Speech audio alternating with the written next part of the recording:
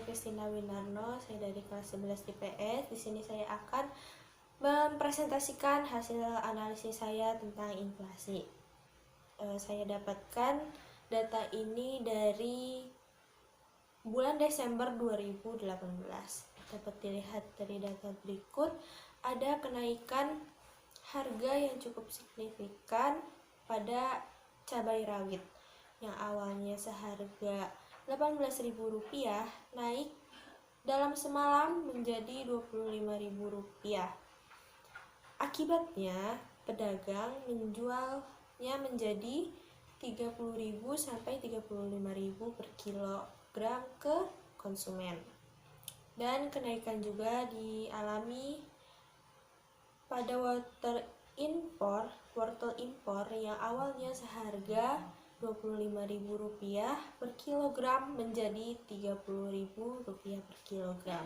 Harga ini terjadi karena sudah memasuki bulan Desember, di mana bulan Desember itu biasanya harga bahan pangan melonjak karena hari-hari menjelang libur Natal dan Tahun Baru, di mana konsumen biasanya lebih konsumtif untuk membeli bahan pangan. Dan juga ada beberapa faktor yang mengakibatkan kenaikan harga ini terjadi karena minimnya pasokan akibat musim hujan dan kondisi logistik seperti kemacetan.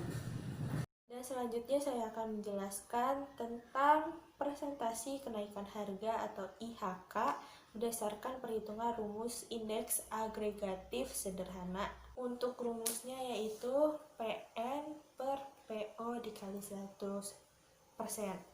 Dan dari data sebelumnya sudah diketahui PN-nya yaitu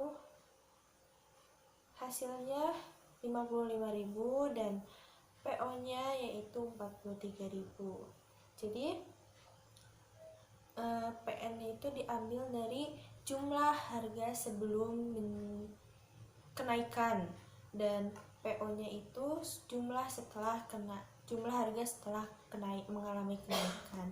Dan kita bisa langsung masukkan saja PN-nya itu 55.000 per 43.000 dikali 100%. Jadi kita bisa langsung sederhanakan dengan mencoret 3 nol dari belakang.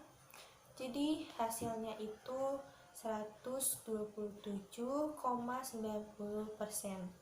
Dan yang selanjutnya yaitu dampak kenaikan harga terhadap konsumen dan produsen.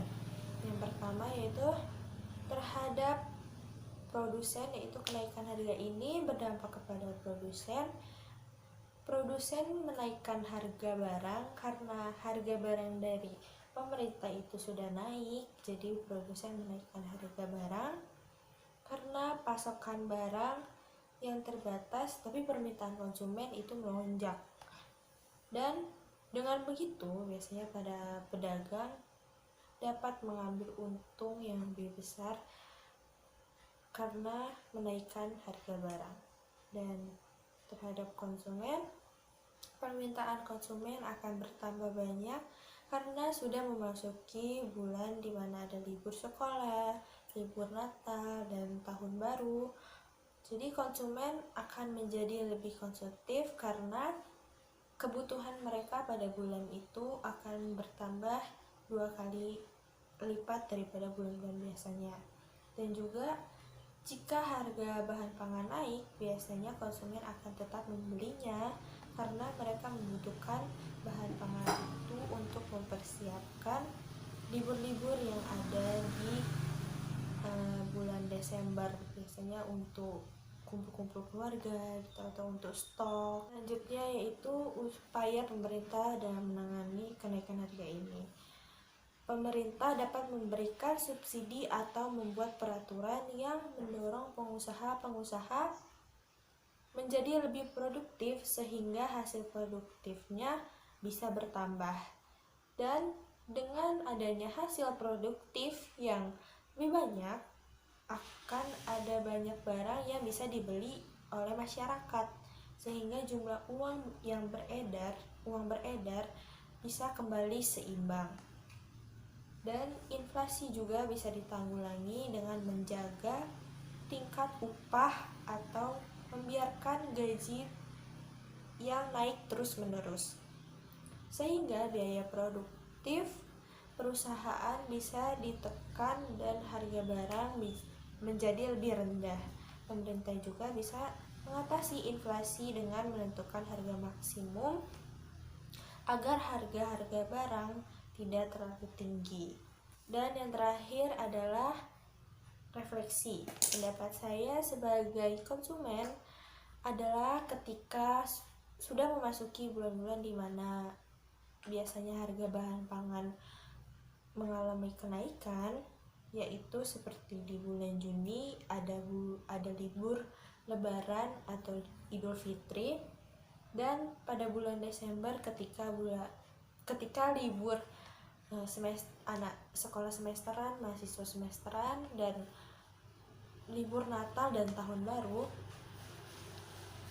sebagai konsumen tidak seharusnya menjadi lebih konsumtif atau hanya membeli kebutuhan-kebutuhan yang benar-benar dibutuhkan. Boleh untuk stok bahan pangan karena biasanya banyak diskon pada bulan-bulan tersebut, dan menghemat dalam menggunakan kebutuhan pokok. Bisa juga dengan pengendalian harga komoditas tertentu, adanya kebijakan fiskal khusus untuk ekspor dan impor pangan, dan memastikan pasokan pangan dalam negeri bisa memenuhi permintaan nasional. Sekian presentasi saya, terima kasih.